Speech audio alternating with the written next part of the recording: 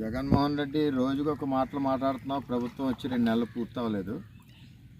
నువ్వు ఇచ్చిన 66 ఎకరాల్లో దగ్గర దగ్గర 25 కోట్లు 30 కోట్లు స్కామ్ ఇక్కడ పిఠాపురం టౌన్కి సంబంధించిన పట్టాల్లో.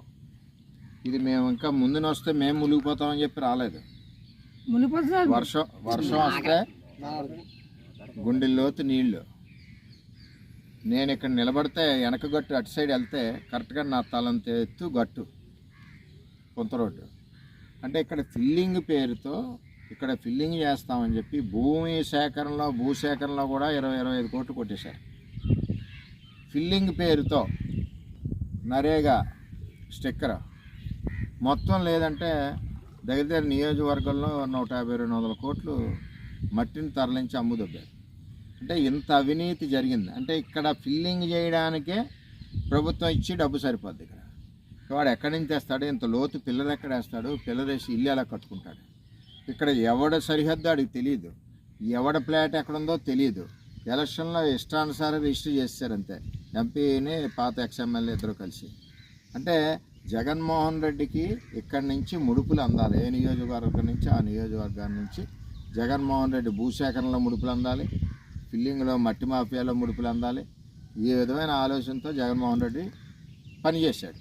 ఇవన్నీ వాస్తవాలు కళ్ళు కనపడుతుంటే ఇక్కడ రా జగన్మోహన్ రెడ్డి పిఠాపురం రా, ఇక్కడ చూడు. తర్వాత తెలుగుదేశం పార్టీని కూటమి ప్రభుత్వాన్ని విమర్శింది. కానీ ఇక్కడ దారుణంగా ఉంది. మరి ఇక్కడ మా ప్రభుత్వం వచ్చింది కాబట్టి దీని మీద ఒకసారి స్టడీ చేసి దీని తర్వాత వీటిని ఏ విధంగా ప్రజలకు అందుబాటులో తేవాలని ఆలోచన చేసి చేస్తాం.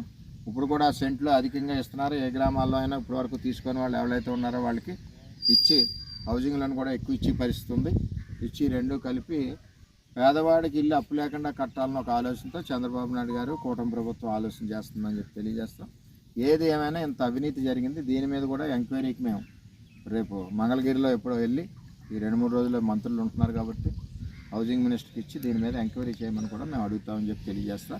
పిఠాపురం పట్టణ వాసులకి ఇంత అన్యాయం వైఎస్ఆర్సీపీ ప్రభుత్వంలో జరిగింది.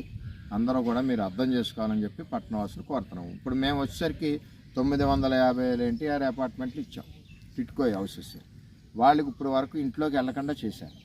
5 సంవత్సరాల్లో దగ్గర లేదంటే 15-16 కోట్లు రెంటన రూపేణా నష్టపోయారు. తర్వాత ఈఎంఐ వడ్డీలు అయిపోయినాయి. వాటిని కూడా అన్నీ పాడు చేసి పెట్టారు. నేనేమంటున్నానంటే వాటిని కూడా త్వరలోనే మరి చంద్రబాబు నాయుడు గారు పవన్ కళ్యాణ్ గారు కూడా బడ్జెట్ రిలీజ్ చేసి వాటిని రిపేర్ చేసి ఎవరి ఇల్లు వాళ్ళకి ఇచ్చి ఏర్పాటు చేస్తామని చెప్పి తెలియజేస్తాం.